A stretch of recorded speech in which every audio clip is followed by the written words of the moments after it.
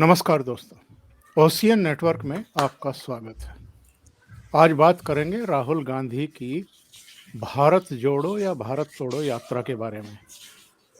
मकसद इनका क्या था इस यात्रा को लेकर के? इसको लेकर के मुझे लगता है कि जो देश के नागरिक हैं उनमें भी थोड़ा कन्फ्यूजन शुरू से ही है। जब से वो एक खाकी निक्कर में आग लगा करके इन्होंने सोशल मीडिया पर और अपने अकाउंट पर टांगा था, उसके बाद से ही तमाम तरह की चर्चाएं इस यात्रा को लेकर के, इस यात्रा के जो टाइटल दिया गया है उसको लेकर के चल रही हैं। उसके बाद भी इनके कुछ कुछ बयान बीच में आते रहे। महाराष्ट्र में जब ये पहुंचे तो आम तौर पर तो ये माना जाता है कि जब भी कोई राष्ट्रीय स्तर का नेता किसी राज्य विशेष में जाता है तो वहाँ के जितने महापुरुष हुए हैं, जिनका योगदान रहा है भारत के राजनीति में, सामाजिक परिवर्तन में या आर्थिक परिवर्तन में भी, उनका वो गुणगान करते हैं, उनको नमन करते हैं। लेकिन वहाँ जाकर के इन्होंने वीर सावरकर के बारे में बहुत ही भद्दा स्टेटमेंट दिया। तब ये कहा गया और ये माना गया कि चूंकि यात्रा का नोटिस ही नहीं लिया जा रहा था, मीडिया उस पर चर्चा ही नहीं कर रहा था, डिस्कशन ही नहीं हो रहे थे, इसलिए एक विवाद को जन्म दिया गया ताकि इनको अट्रैक्शन मिल जाए। चलिए, वो मामला भी ख़त्म हो गया। इनके जो कुछ सहयोगी थे उनकी तरफ से कुछ नाराज़गी भरे बयान आ गए और मामला ख़त्म हो गया। लेकिन राहुल गांधी ने सेना के बारे में और अरुणाचल प्रदेश में जो घटना हुई थी तवांग में, उसके बारे में जो बयान दिया है, उसके बाद से तो अब लोगों का ये कहना है कि इन्होंने 100 दिन पैदल चलने के बाद जो थोड़ा बहुत यश कमाया था, थोड़ी सी सकारात्मकता लोगों में देखने को मिल रही थी, क्योंकि जिस तरीके से ये अलग अलग वर्ग के लोगों को बुला करके उनसे मिल रहे थे, लिपट रहे थे, उनसे बात कर रहे थे, उससे एक सकारात्मक दृष्टिकोण इनके बारे में बना था। लेकिन जिस तरीके से इन्होंने गलत बयानी की है, सेना का अपमान करने की कोशिश की है, ये कह कर के कि अरुणाचल प्रदेश में हमारी सेना पिट रही है, उसके बाद तो लोगों का कहना है कि इन्होंने अपने पूरे इस श्रम का, परिश्रम का, प्रयासों का एक तरीके से खुद ही बंटाधार कर दिया है। मेरे साथ दो खास मेहमान जुड़ रहे हैं, उनको जोड़ करके इस चर्चा को आगे बढ़ाते हैं। मेरे साथ पटना से जुड़ गए हैं अभिषेक तिवारी। अभिषेक जी, बहुत स्वागत है। और दिल्ली से जुड़ गए हैं वरिष्ठ पत्रकार राजीव रंजन झा। राजीव जी, बहुत स्वागत है। नमस्कार राजीव जी, पहले मैं आपके पास ही आता हूँ। राहुल गांधी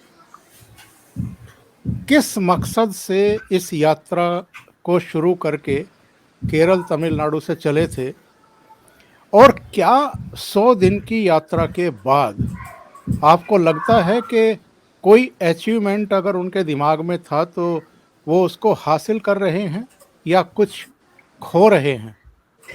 देखिए, मैं इसे पूरी तरह से असफल यात्रा तो नहीं मानूंगा, लेकिन यदि आप इसकी तुलना करें, अब पद यात्राओं का इतिहास देश में शुरू होता है, दांडी यात्रा या उस तरह की यात्राएं ध्यान में आती हैं, या आपको जयप्रकाश नारायण याद आते हैं या चंद्रशेखर याद आते हैं, तो मतलब अगर आप उन मानदंडों पर इस यात्रा को देखने का प्रयास करेंगे तो फिर मतलब वो एक अच्छी तुलना नहीं होगी। मुझे लगता है कि वैसी तुलना से निराशा ही हाथ लगने वाली है।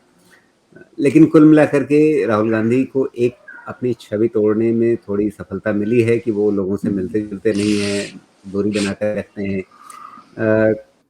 इस यात्रा ने वो एक मतलब उनकी एक नई छवि गढ़ने की कोशिश तो की है और उसमें कुछ हद तक सफलता मिली है। अब असफलताएं क्या है? पहली चीज ये कि इस यात्रा में काफी समय तक उन्होंने चुप भी रखी। तो आप जमीन पर उतर रहे हैं, संघर्ष करते हुए देखना चाहते हैं, लेकिन आपके पास बोलने के लिए कुछ है नहीं, संदेश देने के लिए कुछ नहीं है, तो मतलब वहां पर मकसद जो है वो या तो समझ में नहीं आता है या विफल हो जाता है। कि आखिर आप इससे हासिल क्या करना चाहते हैं, आप लोगों तक बात क्या पहुंचाना चाहते हैं। तो सिर्फ ये एक छवि गढ़ने की कवायद बन करके रह जाता है। तो कुछ हद तक छवि बनती है, लेकिन उसके आगे इसका जो मकसद होना चाहिए था या जो सफलता इसकी होनी चाहिए थी वो नहीं हो पाती है। दूसरी बात, फिर इन्होंने कुछ कुछ बोला भी, और जितना बोला उतना बंटाधार किया। इनकी समस्या यही है। कुछ ऐसी बातें वो बोल जाते हैं जो बिल्कुल मतलब किसी के गले नहीं उतरने वाली होती, हमारी मुख्य धारा की राजनीति से एकदम अलग होती है, या कई बार राष्ट्र विरोधी का तमगा दिए जाने लायक बात हो जाती है। अब जैसे सेना के बारे में सवाल हो या चीन के बारे में बात हो, या अभी कह दिया कि हमारे सैनिक पिट गए। सबने देखा कि हमारे सैनिकों ने चीनी सैनिकों को पीट पीट करके भगा दिया, लेकिन यहाँ वो बयान दे रहे हैं तो क्या कह रहे हैं कि हमारे सैनिक पिट गए। तो ये ऐसा ज़माना नहीं है जहाँ लोग आपकी प्रेस कॉन्फ्रेंस से सूचनाएं हासिल करते हैं। लोगों के पास हर एक के हाथ में मोबाइल है, उस पर वो वीडियो आता हुआ देख रहे हैं।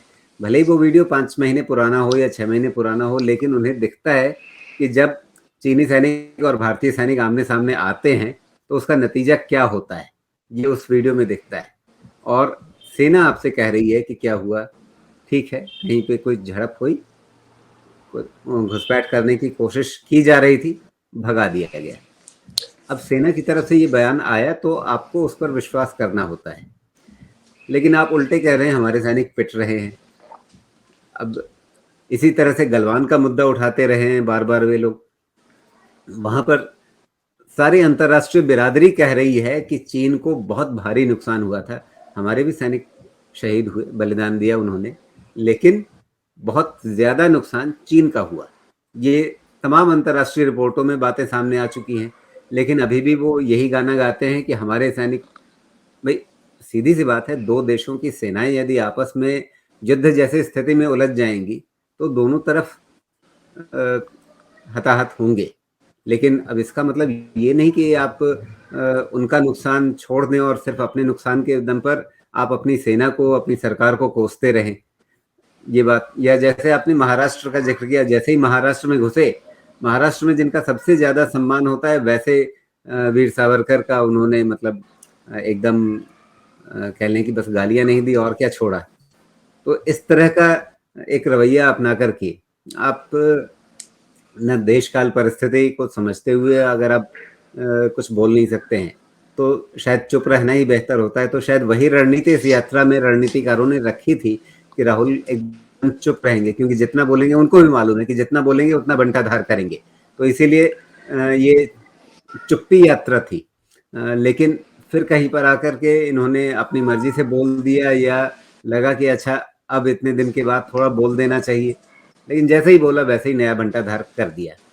मुझे वो कालिदास वाली कहानी याद आती है कि जब विद्योत्तमा से शास्त्रार्थ करने जाना था, मतलब ये उस समय की बात है जब उन्हें माँ का आशीर्वाद नहीं मिला था और उन्हें विद्वता हासिल नहीं हुई थी, और तब वो उससे पहले जिस स्थिति में थे ज्ञान की, जिस चरम अवस्था में थे, उस अवस्था में थे, तो उनके पीछे जो लोग खड़े थे विद्वान, उन्होंने समझा रखा था बोलना कुछ नहीं, बस जो बोलना है इशारे में बोलना, अगर कुछ बोलना भी है तो इशारों की व्याख्या हम कर देंगे। तो वही इनके साथ होता है कि जब तक वो इशारों में कुछ बात करते हैं तब तक तो उनके पीछे खड़े विद्वानों के सामने सहूलियत रहती है कि चलो मनमर्जी से कुछ व्याख्या कर देंगे, लेकिन जब वो खुद ज्यादा कुछ बोल जाते हैं तो फिर मतलब ऐसा रायता फैल जाता है जिसे समेटना मुश्किल हो जाता है। तो ये समस्या तो इनके साथ हमेशा रहने वाली है।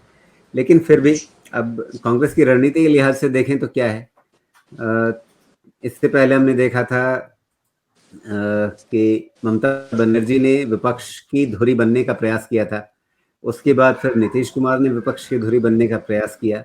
तो इस यात्रा के माध्यम से कांग्रेस ने और राहुल गांधी ने एक स्पष्ट संदेश दिया है कि यदि 2024 में मोदी को चुनौती देनी है तो उस चुनौती का केंद्र तो मैं ही रहूंगी। ये संदेश कांग्रेस की तरफ से है।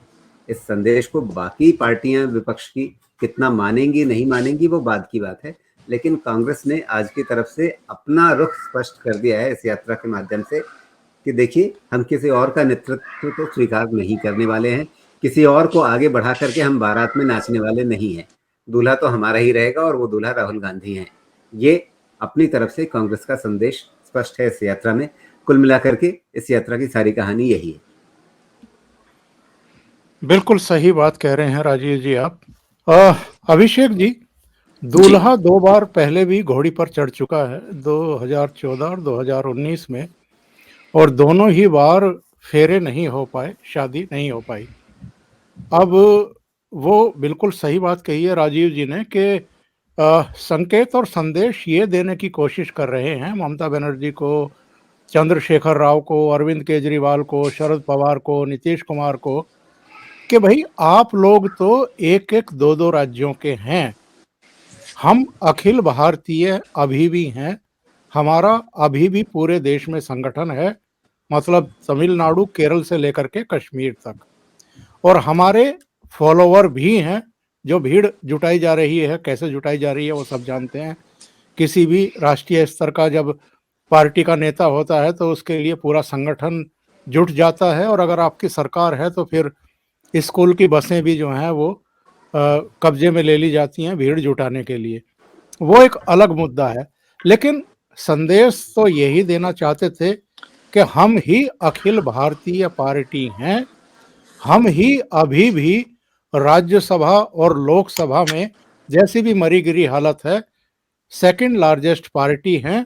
तो 2024 में कोई शरद पवार, कोई नीतीश कुमार, कोई अरविंद केजरीवाल, कोई चंद्रशेखर राव या ममता बनर्जी ये सपने ना देखे कि वो मोदी के खिलाफ एक कैंडिडेट के तौर पर चेहरा बन सकते हैं। लेकिन सवाल सबसे बड़ा ये है कि इन्होंने इस यात्रा का नाम भारत जोड़ो क्यों दिया? क्या सोच करके दिया? इनकी नज़र में क्या भारत टूटा हुआ था, या जैसे लोगों को लेकर के ये साथ चल रहे हैं, जिसको आप टुकड़े टुकड़े गैंग भी कहते हैं, कन्हैया कुमार से लेकर के, और जो उनके हमदर्द हैं योगेंद्र यादव, ऐसे लोग भी इनके सलाहकार भी बने हुए हैं, इनके साथ यात्रा में भी हैं।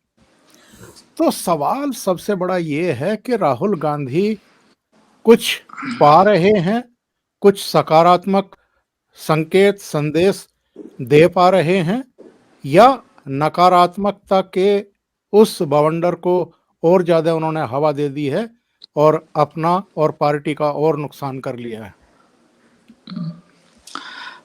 सर आगे बढ़े उससे पहले एक बात आपको मैं याद दिलाऊंगा। एक योया, मैं उनको बोलता हूँ, योगेंद्र यादव को मैंने थोड़ा सा रॉकिंग नाम दे दिया है, योया। तो योया पंडित रवीश कुमार के एपिसोड में थे और उन्होंने कहा कि यूपी में हमने पिच तैयार करके दे दी थी, हमने पूरा किसान आंदोलन के माध्यम से पूरा का पूरा नैरेटिव सेट कर दिया था, अब उस पिच पे बैटिंग भी हम ही करें क्या? तो मैं भारत जोड़ो को किसी और दृष्टिकोण से देखता हूं, क्योंकि मैं ग्राउंड वर्क रेगुलर करता हूं सर, तो मेरे पास इनपुट्स और इंफॉर्मेशन भी आते हैं। ये भारत जोड़ो यात्रा थी ही नहीं, ये क्या था? अपने कैडर को तैयार किया जा रहा है कि 2024 में किसी भी तरह चुनाव जीतने के लिए जो डेस्परेशन है कांग्रेस का, उसके लिए उत्पाद करेंगे, वो आगजनी भी होगी, उसको समर्थन भी करेंगे, और जितने इस प्रकार के लोग हैं उससे मुलाकात हुई है इस भारत जोड़ो यात्रा के दौरान। आप चाहे वो सबसे विवादित हिंदुओं पे बयान देने वाले विवादित जोसेफ प्रिस्ट की बात कर ले आप, जो तमिलनाडु में वो मिले, या कर्नाटक में जिससे मिले, या केरल में मुस्लिम लीग के नेताओं से जब मिले, तो ये स्पष्ट मैसेज था अपने लोगों को कि देखो जो करना है। अब राहुल गांधी जी भी फॉर्म में आए, लेकिन राहुल गांधी को सर मैं 2009 से बहुत ज्यादा ही समझने लगा था। पॉलिटिक्स तो वैसे 2003 से मैं फॉलो कर रहा हूं, लेकिन 2009 से ठीक ठाक समझने लगा था। राहुल गांधी और मीडिया का गजब का कॉम्बिनेशन है। हर एक साल बाद राहुल गांधी रीलॉन्च होते हैं और रीलॉन्च किया जाता है और कहा जाता है, मीडिया एक सेक्शन है मीडिया का जो कहता है कि it seems Rahul Gandhi became so mature now, और उनसे बिल्कुल स्क्रिप्टेड बयान दिलवाए जाते हैं। लेकिन जैसे ही किसी पब्लिक प्लेस में राहुल गांधी जहां पे उनको सिखाने वाला नहीं होता, जो आपने राजीव सर ने जो कालिदास वाला बयान पूरा प्रकरण बताया था, जहां उनको बताने वाला कोई नहीं होता है, वहां पे जैसे ही वो मुंह खोलते हैं तो लोग, भोजपुरी में कहावत है सर कि सियार वही है, बस पेंट किया हुआ है, शेर की खाल पहन के आया है। तो 2009 से लेकर के 2022 आ गया है, हर बार रीलॉन्च होते हैं, हर बार media, Scroll, print, India Today, Outlook बड़े बड़े आर्टिकल लिखता है और कहता है अब राहुल गांधी फाइनली मैच्योर हो गए। और मैच्योरिटी को अलग अलग ढंगों से दर्शाया जाता है। इस बार बढ़ी हुई दाढ़ी जो है वो कार्ल मार्क्स से, तो कार्ल मार्क्स तो सर पूरी दुनिया में उसकी आइडियोलॉजी ना चली, भारत में और लेफ्ट तो पतन की ओर है। कुछ जेएनयू या एनडीटीवी के कुछ ऑफिस में ही बचा हुआ है, बाकी तो कहीं मुझे अब लेफ्ट नजर नहीं आता। इनफैक्ट बेगूसराय में भी अब नहीं है। कहने का ये मतलब है, राजीव सर ने कहा कि कुछ तो गेन किया, नहीं मुझे लगता है कि कुछ बहुत खास गेन नहीं किया है, क्योंकि सोशल मीडिया के इस क्रांतिकारी युग में राहुल गांधी का चलना बहुत मुश्किल है, अनटिल अनलिस नरेंद्र मोदी जी के खिलाफ कोई बहुत ह्यूज एंटी इनकम्बेंसी जैसी चीजें ना आ जाए। वरना राहुल गांधी ने जो सेना के ऊपर बयान दिया ये एक्सपेक्टेड है। सावरकर, अब आप सोचिए कि वो आदमी कितना मैच्योर है। जिस वीर सावरकर जी के लेटर के बारे में बात होती है, उसी सोशल मीडिया के योद्धाओं ने वैसी ही लेटर जो है वो गांधी जी और नेहरू जी की भी निकाल के दिखा दी। और सावरकर जी को इस धरा से गए हुए इतने वर्ष हो गए हैं, उसके बावजूद उनकी पॉलिटिक्स जो है वो उसके इर्द गिर्द अगर घूम रही है, इसका मतलब विपक्ष कितना मुद्दा विहीन है। अगर सावरकर जी को गाली देकर के आपको ये लगता है कि आप इस देश में, इस देश की यूथ का आप दिल जीत पाएंगे, वो भी तब जब इंफॉर्मेशन टेक्नोलॉजी इतना, जैसे राजीव सर बता रहे थे, इतना फास्ट हो गया। शायद आप लोग इतना, तो मैं मैच्योर और सीनियर मैं नहीं हूं, आप लोग तो बहुत वरिष्ठ हैं, आप लोगों ने बहुत एक समय देखा है। लेकिन मुझे याद आता है कि एक समय था, मैं बहुत छोटा था, तो एसटीडी कॉल करने के लिए भी हम 7 बजे से पहले पीसीओ में जाते थे अपने फादर के साथ, कि उस वक्त चार्जेस कम लगेंगे। तो एक वो इंफॉर्मेशन का दौर, और अब जब ये हमारा युग है जहां पे एक क्लिक के साथ जब मैं भी पोस्ट करता हूं तो राजीव सर के पास भी इंफॉर्मेशन पहुंचता है, आपके पास भी इंफॉर्मेशन पहुंचता है कि अभिषेक ने आज ये किया, ग्राउंड वर्क ये हुआ। ऐसे युग में राहुल गांधी ये साबित करना चाहते हैं कि वीर सावरकर को गाली देने से उनको यूथ एक्सेप्ट कर लेगा, और उनका पूरा थिंक टैंक ये सोचता है। तो मुझे नहीं लगता कि ये भारत जोड़ो यात्रा है, ये कुछ और है, और जिसके प्रति मैं बहुत आश्वस्त हूं कि उन सभी अर्बन नक्सल गैंग को इंफॉर्मेशन दिया गया है इस भारत जोड़ो यात्रा के थ्रू कि बी रेडी, बी प्रिपेयर, जब भी मैं कहूंगा उसी किसान आंदोलन टाइप जो है, शाहीन बाग आंदोलन टाइप, देश भर में एक साथ ये काम करना है। और इसके लिए जो पैसा वैसा होगा वो हम देखेंगे, पर प्लानिंग उसी की है। और मुझे लगता है कि वो भी इंतजार कर रहे हैं, शायद वो जो भी बिल नरेंद्र मोदी सरकार आने वाले समय में, मोस्ट प्रोबेबली शायद यूनिफॉर्म सिविल कोड के बारे में बहुत ज्यादा अब चर्चा हो रही है, और मुझे भी ऐसा लगता है कि इलेक्शन से ठीक पहले शायद उसको इम्प्लीमेंट करने का प्रयास किया जाएगा। तभी वो टाइम होगा, और भारत जोड़ो यात्रा का एग्जैक्ट आउटकम तब हम देखेंगे। आप बहुत पते की बात कर रहे हैं, और यात्रा के उद्देश्यों को लेकर के भी सवाल खड़े कर रहे हैं कि एक्चुअल में जो दिखाई दे रहा है वो नहीं है। बहरहाल इस पर तो आगे चल करके बात करेंगे फिर से आपसे। लेकिन राजीव जी, प्रधानमंत्री बनने के लिए कुछ क्वालिटीज तो होनी ही चाहिए, और एक ऐसा सिटिंग प्राइम मिनिस्टर जो शायद अब भारत की सरहदों से बाहर भी जिसको मान्यता मिल गई है। आज अमेरिका का थिंक टैंक ये कहता है कि बिल्कुल सही समय पर प्रधानमंत्री नरेंद्र मोदी ने पुतिन और जेलेंस्की से बातचीत की और परमाणु युद्ध को टाल दिया। इसके अलावा भी अलग अलग राष्ट्र प्रमुख जो हैं वो उनकी सराहना करते हैं, उनकी सूझबूझ की सराहना करते हैं। उन्हीं के नेतृत्व में हमारी सेना भी मजबूत हो रही है। आर्थिक मोर्चे पर देखें तो कोविड की मार से जो पूरी दुनिया करहा रही है, ऐसे में हमारा जो ग्रोथ रेट है विकास का वो भी ठीक है, बहुत असंतोषजनक तो बिल्कुल नहीं है। कोई बहुत ज़्यादा कहीं दंगे फसाद हुए हों, कानून व्यवस्था को लेकर के किसी तरह की चिल्लफों हो, चिंताएं हो, ऐसा भी नहीं है। आतंकवाद, नक्सलवाद पर भी अंकुश लगा है और जो दूसरे फ्रंट हैं वहां भी सरकार और देश ठीक ही करता हुआ दिखाई दे रहा है।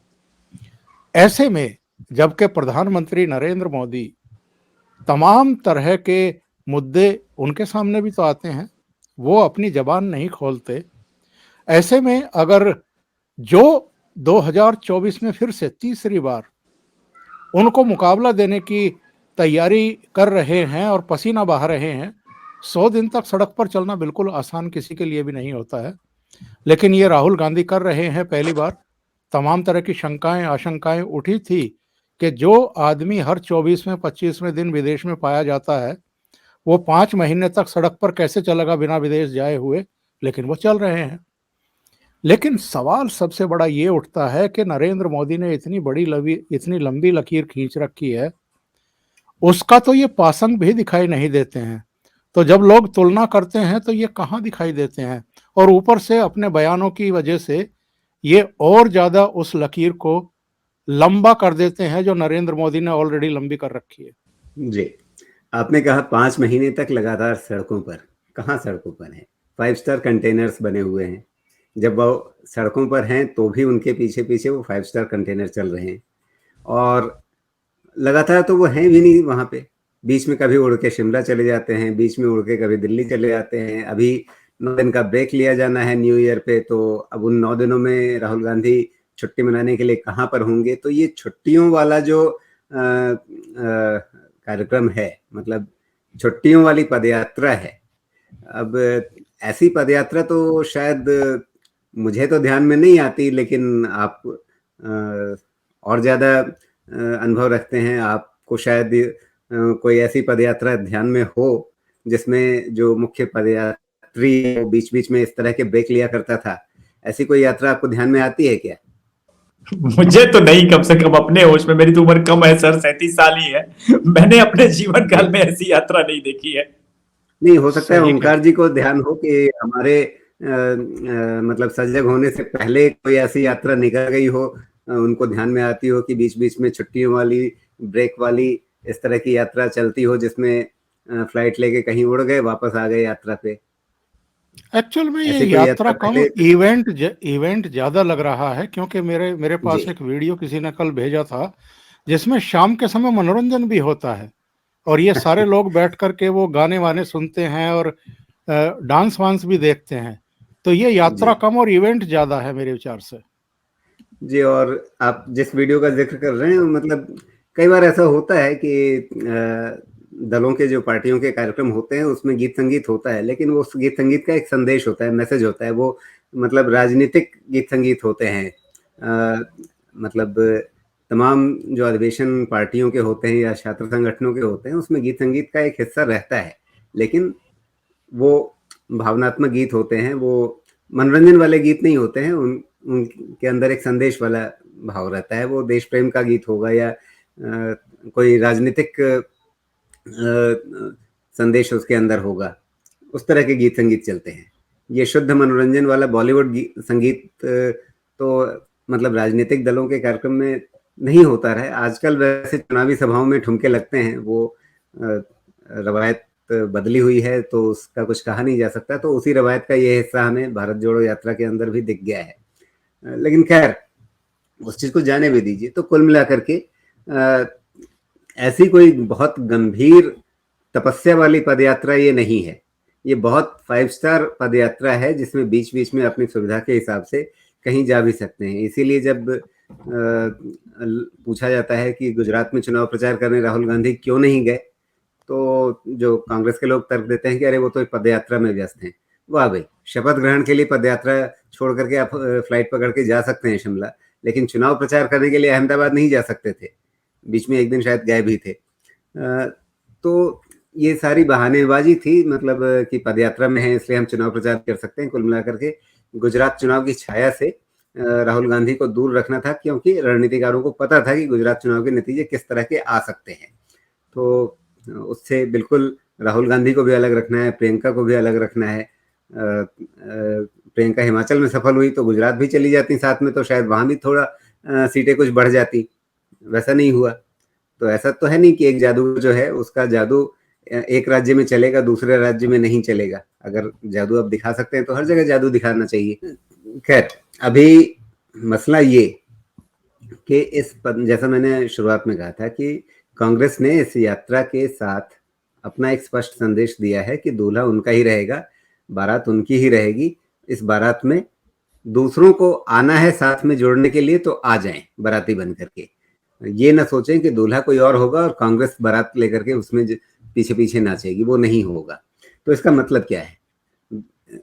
इसका मतलब ये है कि 2024 में विपक्षी एकता का कोई ढोल नहीं बजने वाला है, वो ढोल बनने से पहले ही टूट गया है।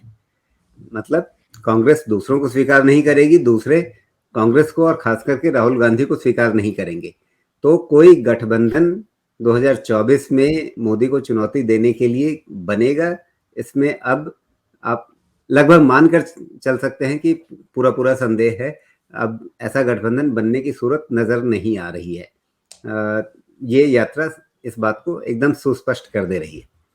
अब आप पूछते हैं कि मोदी जी, तो मोदी जी के सामने बहुत सारे काम है। अब उन्हें पुतिन ज़ेलेंस्की के बीच भी संवाद का पुल एक बनाना है और देश की सारी समस्याएं भी निपटनी है। कोरोना से किस तरह से 3 साल जूझे हैं हम लोग, और उन सब चीज़ों को देखना, और उन सब के पीछे मतलब सारी दुनिया उसकी तारीफ कर रही है, वो सब चीज़ें हैं।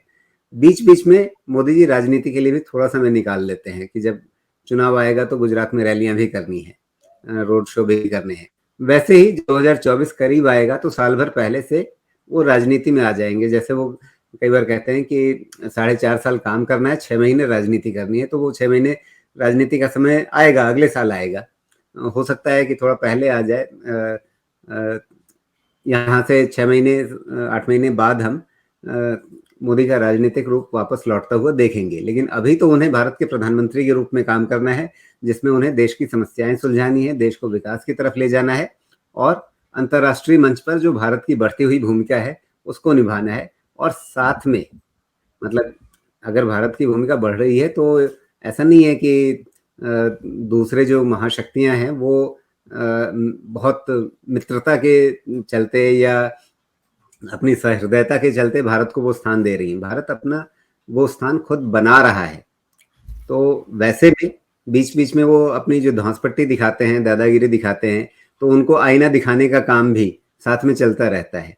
तो विश्व कूटनीति के मंच पर कैसे भारत की एक सशक्त भूमिका स्थापित करनी है और कैसे दूसरों की दादागिरी से भी मतलब बचना है या उनको वापस पलट करके जवाब देना है, ये सब चीजें हैं। अभी उनके सामने अगर मोदी जी का एजेंडा देखें तो उनकी प्राथमिकताएं ये हैं कि भारत का विकास कैसे करना है, अंतर्राष्ट्रीय कूटनीति, अंतर्राष्ट्रीय रंगमंच पर भारत की भूमिका को कैसे स्थापित करना है, राजनीति यहाँ पर कैसे संभालनी है। तो ये काम अभी उनके नीचे बहुत सारे लोग हैं, भाजपा की पूरी मशीनरी है, जिसको लोग कहते हैं कि भाजपा अब एक राजनीतिक पार्टी नहीं है, वो चुनावी मशीन है। तो वो चुनावी मशीन अपना काम करती रहेगी। फिर मोदी जी आएंगे अपना 6 महीने पहले चुनाव से, और फिर 6 महीने तक खुलकर राजनीति ही करेंगे वो।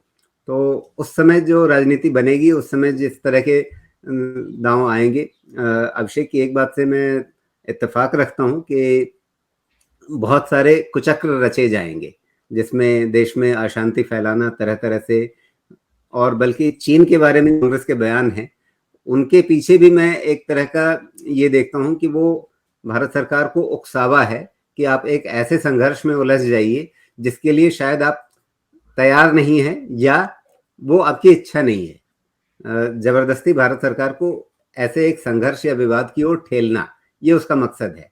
भारत सरकार चीन से इस समय युद्ध जैसी स्थिति नहीं चाहती है, वो विवादों का समाधान चाहती है, शांति के साथ अपना विकास चाहती है।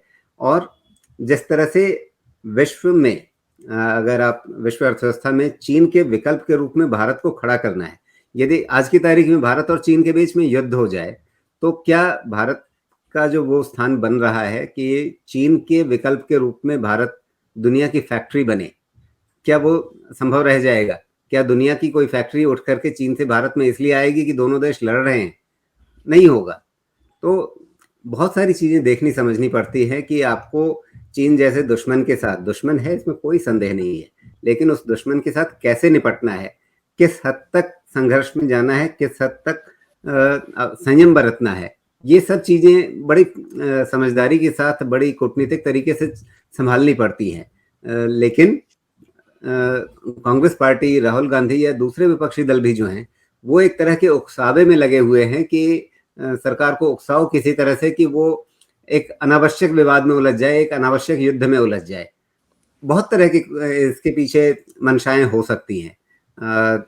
वो मंशाएं अंतर्राष्ट्रीय सीमाओं पर अगर एक तरफ रची जा रही हैं, तो दूसरी तरफ देश के अंदर भी, क्योंकि तमाम जिन तत्वों का जिक्र अभिषेक ने किया, वो तत्व लगे हुए हैं और कभी वो तत्व कांग्रेस का सैद्धांतिक विरोध करते थे, आज कांग्रेस के पिछलग्गू बने हुए हैं। तो इसमें कोई संदेह नहीं है कि सरकार को ऐसी चीज़ों से बहुत सतर्क भी रहना होगा, क्योंकि इस तरह की अशांति देश के विकास के लिए अच्छी नहीं होगी। सरकार जिसकी भी रहे, बने जाए, वो मसला नहीं है। मसला ये है कि अगर देश को आगे बढ़ना है तो देश के अंदर एक शांतिपूर्ण वातावरण रहना चाहिए, और सिर्फ सत्ता परिवर्तन के लिए देश को अशांति की तरफ धकेला जाए, ये मतलब बहुत ही अवांछनीय स्थिति है। लेकिन दुर्भाग्य से हमारे कुछ राजनीतिक दल और कुछ जो ऐसी शक्तियां हैं जिनका जिक्र अभिषेक कर रहे थे, उनके हिसाब से सत्ता परिवर्तन का यही एक रास्ता है। कांग्रेस एक विपक्षी दल के रूप में सत्ता परिवर्तन की आकांक्षा रखे, ये बहुत एक लेजिटिमेट चीज हो सकती है, बहुत वैध चीज हो सकती है, लेकिन उसका तरीका सही होना चाहिए। उसका तरीका एक ही है कि आप जनता के बीच में अपने आप को एक बेहतर विकल्प के रूप में स्थापित कीजिए। आप जनता को ये बताइए कि ठीक है, हमने पहले जो गलतियां की होंगी जिनके चलते हमें सत्ता से आपने बाहर किया, लेकिन अब हम अपने अंदर एक सुधार ला रहे हैं, हम एक बेहतर राजनीतिक विकल्प के रूप में आपके सामने प्रस्तुत हो रहे हैं। लेकिन वैसी कोई मंशा इस समय कांग्रेस में दिख नहीं रही। नीतियों का भ्रम बना हुआ है, नीतियों पर एक अस्पष्टता है, और बहुत सारी नीतियां ऐसी हैं जो राष्ट्र विरोधी होने की हद तक चली जाती हैं। वैसे में जनता आपको क्यों स्वीकार करेगी? उसमें आप चाहें कि देश में अशांति फैला करके ये संदेश दिया जाए कि मोदी सरकार देश को संभाल नहीं पा रही है, ठीक से चला नहीं पा रही है, या अंतर्राष्ट्रीय कूटनीति पर फेल हो रही है, या चीन के हाथों जो उनका शब्द है कि हमारे सैनिक पिट रहे हैं, इस तरह की छवि बनाने का प्रयास करना। लेकिन ऐसे प्रयास में, इस तरह की रणनीति में वो उल्टा मात खा रहे हैं, क्योंकि सूचनाओं के इस युग में लोगों को बहुत आराम से वास्तविक स्थितियां स्पष्ट हो जाती हैं, लोग भ्रम में नहीं आते हैं। और जब उन्हें ये दिखता है कि इस तरह की उल्टी सीधी बातें की जा रही हैं और सिर्फ इस मकसद से कि मोदी सरकार बदनाम हो और हम सत्ता के करीब पहुंचे, तो इसका एक उल्टा असर होता है, जनता के अंदर रिएक्शन होता है। इस बात को न राहुल गांधी समझ पा रहे हैं और न उनके रणनीतिकार समझ पा रहे हैं। सर एक बात बहुत विस्तार से आपने जानकारी दी है। जी अभिषेक, आप कुछ कहना चाह रहे हैं? हाँ, मैं बस एक्चुअली राजीव सर की बात को थोड़ा सा एक्सटेंड करना चाह रहा था। मुझे जो राहुल गांधी और मोदी जी में सबसे बड़ा डिफरेंस नजर आता है, राहुल गांधी एक पार्ट टाइम पॉलिटिशियन है। मतलब जो राजीव सर कह रहे थे, आज पदयात्रा की, कल बैंकॉक चले जाएंगे, फिर ऐसे समय में चले जाएंगे जब देश जल रहा होगा। और उस वक्त जब राहुल गांधी को सबसे ज्यादा लोग, अभी चूंकि मैं बिहार से हूं, बिहार में बहुत दुखद कांड हुआ है। लगभग 150 से 200 लोग मारे गए। वैसे सरकारी आंकड़ा 70 का है शराब नीति पे। कांग्रेस तो उसके नीतीश कुमार जी के साथ गठबंधन में है। इस देश की मीडिया छोड़िए सर, कोई बात करने को तैयार नहीं, कोई सवाल पूछने को तैयार नहीं। और माननीय मुख्यमंत्री जब ये कहते हैं बिहार के कि शराब पीने से तो लोग मरेंगे ही, पियोगे तो मरोगे, यही तो साबित करना चाहते हैं। अब आप बताइए सर, वो ब्रिटिश हैं, वो पाकिस्तानी है, आप ही के स्टेट में शराब मिल कैसे रही, इस पे प्रश्न भी ना पूछा जाए। लोग मारे गए हैं और संवेदनहीनता की पराकाष्ठा चल रही है। लेकिन मैं ये देख रहा हूं, पूरा सेक्शन ऑफ मीडिया, कांग्रेस भी अलायंस का उस अलायंस का पार्ट है सर, सवाल ही नहीं पूछा जा रहा है। ऐसा लग रहा है जैसे बिहार और बिहार में रहने वाले लोगों की कोई वैल्यू नहीं है। तो जब चुनाव का वक्त आएगा, मैं उसी बात को कहना चाह रहा था, लेकिन जब 2024 का समय आएगा, चुनाव का वक्त आएगा, तब वो सवाल बिहारी जनता तो पूछेगी ना कि जब हमें आवश्यकता थी नेता की, उस वक्त आप लोग कहां थे। तो मेरे कहने का ये मतलब है कि नीतीश कुमार हो या फिर नीतीश कुमार तो फिर भी फुल टाइम पॉलिटिक्स करते हैं, इनकी जो पॉलिटिक्स है, स्टाइल ऑफ पॉलिटिक्स, 6 महीना प्रकट रहेंगे फिर 6 महीना अदृश्य हो जाएंगे। नरेंद्र मोदी जी के साथ ऐसा नहीं है। एक एक मिनट वो क्या कर रहे हैं, वो ट्विटर से लेकर के हर जगह उनके फॉलोअर, वो स्वयं लोगों से कनेक्ट रहते हैं। अच्छा, दूसरा बात, जो कनेक्ट विथ पब्लिक है, मैंने वैसा ग्रास लीडर अपने समय में, मैं प्रशंसक नहीं हूं लालू यादव का, लेकिन जो स्टाइल ऑफ पॉलिटिक्स थी कुछ ऐसा ही था कि वो जनता से सीधे कनेक्ट हो जाते थे, ग्रास रूट की जनता से। ऐसे ही मोदी जी है, जब आरआई में जाते हैं और कहते हैं कि कितने करोड़ का पैकेज चाहिए, और जनता उधर से आवाज लगाती है। तो वो जो कनेक्शन बिल्ड करने की जो कैपेबिलिटी है, हालांकि मोदी जी संघ के प्रचारक रहे तो वो खुद ब खुद और ज्यादा डेवलप होता है। राहुल गांधी में मुझे लगता है 55 साल तक वो डेवलप नहीं हुआ है। जी, मैं बस इतना ही ऐड करना चाह रहा हूं। बहुत अहम बातें आप दोनों ने ही कही। आखिर में मैं ये जरूर जानना चाहता हूँ, जिस तरफ आपने संकेत किया था अभिषेक जी, आखिर में थोड़ा सा उसको इलेबोरेट कीजिए। ये 2023 से ही वो सब चुनावी गतिविधियां शुरू होने वाली हैं जिनकी तरफ राजीव रंजन झा अभी इशारा कर रहे थे। राजनीति करने वाली जो प्रक्रिया होती है, क्योंकि 2023 में भी 7 अहम स्टेट्स में चुनाव होने वाले हैं, जिनमें कर्नाटक भी है, उनमें तेलंगाना भी है, त्रिपुरा भी है, राजस्थान भी है, मध्य प्रदेश भी है, छत्तीसगढ़ भी है। तो 2023 पूरा पैक है। और 2024 में तो आप जानते ही हैं कि मई में तो नई सरकार ही शपथ ले लेती है, तो वो भी 24 के शुरू से ही चीजें शुरू हो जाएंगी और 23 में भी रहेंगी। तो ये जो वानर सेना है जो उत्पात करने वाली है, फिर इसके लिए कितना समय बचा है? ये तो कभी भी शुरू हो सकते हैं। 2023 तो अब अगले महीने शुरू होने ही वाला है। नहीं, ज्यादा समय नहीं बचा। मैं आपको एक उदाहरण देता हूँ, बहुत सारे लोग इस चीज को मिस कर गए थे। मैंने उस पर ब्लॉग भी लिखा था और अपने यूट्यूब चैनल पे बात भी की थी। गौतम नवलखा को जेल से निकलवा के नजरबंद रखा जाए, वो भी लेफ्ट के जो वहां का पुणे का ऑफिस है, नागपुर का ऑफिस है, उस ऑफिस लाइब्रेरी के अंदर, इसको लेकर के कांग्रेस के तमाम बड़े वकील और लीडर क्यों पीछे पड़ गया? और उन्होंने वो फैसला अपने पक्ष में करवा भी लिया सुप्रीम कोर्ट से। अगर वरवरा राव जैसे लोग, गौतम नवलखा जैसे लोग को छुड़ाने की बेचैनी है, तो कोई भी आम विवेक वाला इंसान समझ सकता है कि कहां जा रही है। बल्कि मैं ये देखता हूं कि नरेंद्र मोदी जी सत्ता में आए और ये जब अंदर गए हैं, मुझे याद नहीं आ रहा है कि मतलब 2017, 18, 19, 20, 21, 22 इतने सालों में छत्तीसगढ़ में, झारखंड में कहीं नक्सल अटैक में हमारे जवान मारे गए। मैं रोज सुनता था सर, और जेएनयू में जस्ट मनते हुए भी देखता था। उस वक्त मेरे पास माध्यम नहीं था। राजीव सर और आपके पास तो कम से कम अखबार की ताकत थी, पर अनफॉर्चुनेटली 2008, 9, 10 में मेरे पास वो माध्यम भी नहीं था सोशल मीडिया का जो आज है। तो मैं सोचता था कि ये कैसा इंस्टीट्यूट है जहां पे हमारे ही जवानों की हत्या हुई है और वहां पे पार्टी की जा रही है, जश्न मनाया जा रहा है कि कोई बड़ी विक्ट्री हुई है। तो ये उन लोगों के साथ कनेक्शन, ऐसा नहीं हो सकता कि ये इत्तेफाक है कि प्रशांत भूषण जैसे लोग वहां पे जा रहे हैं, उसमें दौड़ रहे हैं। ये महज संयोग नहीं, मैं मानता हूं। उसी प्रकार से हर्षा हिंदू की हत्या में कर्नाटक में जो लोग संलिप्त थे, वो लोग स्टेज शेयर किए हैं, लोग हाथ मिला रहे हैं, वो लड़की भी हाथ मिलाई है भारत जोड़ो यात्रा में। तो क्या ये सब कोइंसिडेंस है? रोज भारत माता को, हिंदुओं को जो तमिलनाडु में उस चर्च के फादर गाली दे रहे हैं, एक नहीं हजारों वीडियो हैं उनके साथ।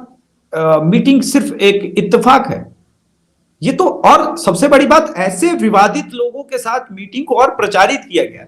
दूसरी बात, मैं कलर कोड की तरफ आप लोग का ध्यान देना आवश्यक है, आप लोग थोड़ा ध्यान दीजिएगा। आजकल एक नई लेफ्ट की टेक्नोलॉजी चली है, उसको मैं कलर कोड मैसेज कहता हूं। कैसे आम आदमी पार्टी का झंडा जो है वो बदल गया, उसमें वो खालिस्तान, लेफ्ट, वो सब कुछ दिखता है। और अरविंद केजरीवाल के मोस्ट ऑफ देम जो शर्ट होते हैं वो ब्लू हो गए, और उसका इंपैक्ट दिखा सर मुझे एमपी में।